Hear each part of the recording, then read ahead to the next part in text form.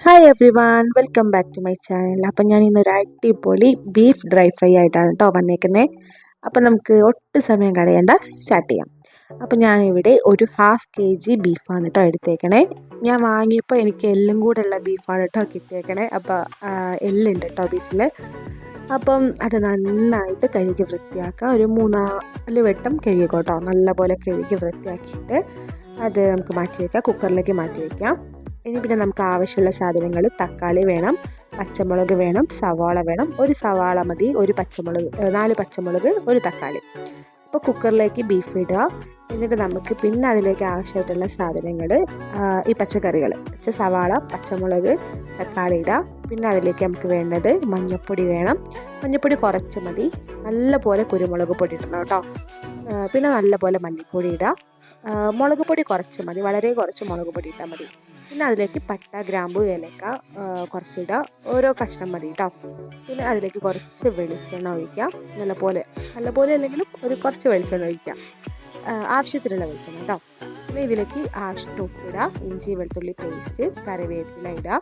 എന്നിട്ട് നന്നായിട്ട് കൈകൊണ്ട് നന്നായിട്ട് മിക്സ് ചെയ്യുക കേട്ടോ. നമ്മളിതിൽ വെള്ളം ഒഴിക്കുന്നില്ല. അപ്പോൾ വെള്ളം ഒഴിക്കാതെ കുക്കർ അടച്ച് വെച്ചിട്ട് ഒരു 8 വിസിൽ അടിക്കുക കേട്ടോ. 8 വിസിൽ മതിയാവും. അപ്പോൾ 8 വിസിലടിക്കുമ്പോഴേക്കും നമ്മുടെ ബീഫ് അത്യാവശ്യം നന്നായിട്ട് വെന്ത് വന്നിട്ടുണ്ടാവും. ബീഫിൽ നിന്ന് കണ്ടോ, നല്ല പോലെ വെള്ളം ഇറങ്ങി വന്നിട്ടുണ്ട്. അപ്പോൾ നമുക്കിതിൽ വെള്ളം ഒഴിക്കേണ്ട ആവശ്യമില്ലാന്ന് മനസ്സിലായില്ലേ?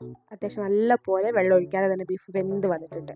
അപ്പോൾ ഇത് ഡ്രൈ ഫ്രൈ ആക്കണമെങ്കിൽ നമുക്ക് ചട്ടി വയ്ക്കുക. വെളിച്ചെണ്ണ ചൂടായിട്ട് അതിലേക്ക് വലിയ ജീരകം ഇടുക, കറിവേപ്പില ഇടുക, എന്നിട്ട് ബീഫ് ഇടുക കേട്ടോ. എന്നിട്ട് നമുക്ക് അതൊന്ന് തിളച്ച് വരുമ്പം അതിലേക്ക് ഇത്തിരി ഇറച്ചി മസാല ഇടുക കേട്ടോ. കുറച്ച് ഇട്ടാൽ മതി ഒരു ടേസ്റ്റിന് വേണ്ടിയിട്ട്. എന്നിട്ട് നന്നായിട്ട് ഇളക്കി കൊടുക്കുക. ആ വെള്ളം, അതിലെ ബീഫിലെ വെള്ളമൊക്കെ വറ്റുന്നവരെ കൈവിടാതെ ഇളക്കി കൊടുക്കുക കേട്ടോ. നല്ല പോലെ ഇളക്കുക, അടി പിടിക്കാൻ പാടില്ല, അതിന് വേണ്ടിയിട്ടാണ് കേട്ടോ. അപ്പോൾ ഇനി എരിവോ എന്തെങ്കിലും മസാല പോരെങ്കിൽ കുരുമുളക് പൊടി മാത്രം ചേർക്കുക, ആവശ്യത്തിന് ചേർക്കുക. കാരണം ഞാൻ ഇതിൽ ചേർത്തത് കാണിച്ചിട്ടില്ല, ഞാൻ ആവശ്യത്തിന് ചേർത്തിട്ടുണ്ട് കേട്ടോ. എണ്ണയൊക്കെ ഒന്ന് അത്യാവശ്യം തെളിഞ്ഞ് വരുമ്പം അതിലേക്ക് കുറച്ച് കറിവേപ്പില ഇടുക. പിന്നെ അതുപോലെ തന്നെ കുറച്ച് തേങ്ങാക്കൊത്ത്, ലാസ്റ്റ് കറിവേപ്പിലൊക്കെ ഒന്ന് നന്നായിട്ട് വാടി വരുമ്പം നമുക്ക് കുറച്ച് തേങ്ങാക്കൊത്തും കൂടി ഇടുക കേട്ടോ. ഇനി നല്ലപോലെ ഇളക്കി കൊടുക്കുക. ഇതിപ്പോൾ ഓൾമോസ്റ്റ് നമ്മുടെ ബീഫ് നല്ലപോലെ റെഡിയാണ്. ഇത് നന്നായിട്ട് നമ്മൾ ഒരു 10-15 മിനിറ്റ് നമ്മൾ ഇളക്കിയാണ് ഇങ്ങനെ ഈ ഒരു പരിവായി കിട്ടിയേക്കുന്നത് കേട്ടോ.